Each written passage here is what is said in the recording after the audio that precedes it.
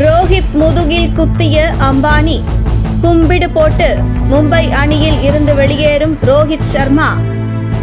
இந்தியாவின் நட்சத்திர வீரர் ரோஹித் சர்மா நவீன கிரிக்கெட்டில் மிகச்சிறந்த பேட்ஸ்மேன்களில் ஒருவராக போற்றப்படுகிறார். ஆரம்ப காலங்களில் மிடில் ஆர்டரில் தடுமாறினாலும் ஓபனிங்கில் களமிறங்கியது முதல் சிறப்பாக விளையாடி வரும் அவர் ஒருநாள் கிரிக்கெட்டில் 3 இரட்டை சதங்கள் அடித்துள்ளார். அதேபோல ஒரு உலக கோப்பையில் 5 சதங்கள் அடித்த ஒரே வீரராகவும் உலக சாதனை படைத்த அவர் தற்போது இந்தியாவின் கேப்டனாகவும் செயல்பட்டு வருகிறார். இருப்பினும் அவருடைய தலைமையில் 2022 ஆசிய மற்றும் T20 உலகக்கோப்பை, 2023 டெஸ்ட் சாம்பியன்ஷிப் மற்றும் உலகக்கோப்பை தொடர்களில் இந்தியா தோல்வியை சந்தித்தது. அதனால் விரைவில் நடைபெறும் 2024 T20 உலகக்கோப்பையே ரோஹித் சர்மா இந்தியாவை தலைமை தாங்கும் கடைசி தொடராக இருக்கும் என்று எதிர்பார்க்கப்படுகிறது. IPL 2024 T20 கிரிக்கெட் தொடரில் மும்பை இந்தியன்ஸ் முதல் அணியாக லீக் சுற்றுடன் வெளியேறியது. முன்னதாக இந்த வருடம் வருங்காலத்தை கருத்தில் கொண்டு 5 கோப்பைகளை வென்ற ரோஹித் சர்மாவுக்கு பதிலாக ஹர்திக் பாண்டியாவை மும்பை புதிய கேப்டனாக அறிவித்தது. மறுபுறம் கேப்டன்ஷிப் கைக்கு வந்ததும் முதல் போட்டியிலேயே ரோஹித் சர்மாவை பவுண்டரி எல்லைக்கு சென்று ஃபீல்டிங் செய்யுமாறு பாண்டியா வற்புறுத்தினார். அது ஏற்கனவே அதிருப்தியில் இருந்த மும்பை ரசிகர்களை மேலும் கோபமடைய வைத்தது. இந்த நிலையில் புதிதாக அறிமுகப்படுத்தப்பட்டுள்ள இம்பாக்ட் வீரர் விதிமுறைக்கு தாம் ரசிகன் அல்ல என்று ரோஹித் சர்மா தெரிவித்திருந்தார். ஆனால் அப்படிப்பட்ட கோட்பாட்டை கொண்ட அவரை ஹைதராபாத் அணிக்கு எதிரான போட்டியில் பாண்டியா தலைமையிலான மும்பை நிர்வாகம் வலுக்கட்டாயமாக இம்பாக்ட் வீரராக களமிறக்கியது. இதனால் மும்பை இந்தியன்ஸ் அணியில் ஹர்திக் பாண்டியா, ரோஹித் சர்மா இடையிலான பனிப்போர் உச்சகட்டத்தை எட்டியுள்ளது.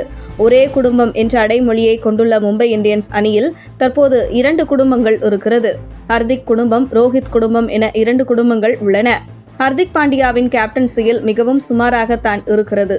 பந்து வீச்சாளர்களை பயன்படுத்தும் விதம், ஃபீல்டர்களை செட் செய்வது போன்ற விஷயங்களில் அவர் சொதப்பலாகத்தான் செயல்பட்டு வருகிறார். மேலும் உடன் விளையாடும் சில சீனியர் வீரர்களுக்கும் ஹர்திக் பாண்டியா கேப்டன் பொறுப்புக்கு கொண்டு வரப்பட்டதில் உடன்பாடு இல்லை. இந்த நிலையில் 13 போட்டிகளில் 4 வெற்றிகளை மட்டும் பெற்றுள்ள மும்பை இந்தியன்ஸ் அணி முதல் அணியாக பிளே ஆஃப் ரேஸில் இருந்து வெளியேற்றிவிட்டது. இது மும்பை இந்தியன்ஸ் ரசிகர்கள் மத்தியில் கடும் அதிருப்தியை ஏற்படுத்தியுள்ளது. இந்த நிலையில் அடுத்த ஆண்டு IPL தொடருக்கு முன்பாக மெகா ஏலம் நடக்கும் என்று அறிவிக்கப்பட்டுள்ளது. அதில் ரோஹித் சர்மா 37 வயதினை எட்டிவிட்டதால் அடுத்த மெகா ஏலம் வரைக்கும் நல்ல பேட்டிங் ஃபார்முடன் விளையாடுவாரா என்ற சந்தேகம் எழுந்துள்ளது. இதனால் அடுத்த சீசனில் ரோஹித் சர்மா மும்பை அணி அல்லாமல் வேறு அணியில் விளையாடவே அதிக வாய்ப்புகள் இருப்பதாக கணிக்கப்படுகிறது. அந்த வகையில் அடுத்தடுத்து அவமானப்படுத்திய மும்பை அணியிலிருந்து ரோஹித் சர்மா வெளியேறி அடுத்த வருடம் வேறு அணிக்காக விளையாடுவார் என்று ராயுடு, ஹர்பஜன் சிங் போன்ற முன்னாள் வீரர்கள் தெரிவித்திருந்தனர்.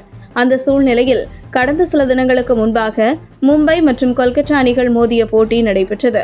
ஆனால் அப்போட்டி மழையால் 1.5 மணி நேரம் தாமதமாக துவங்கியது.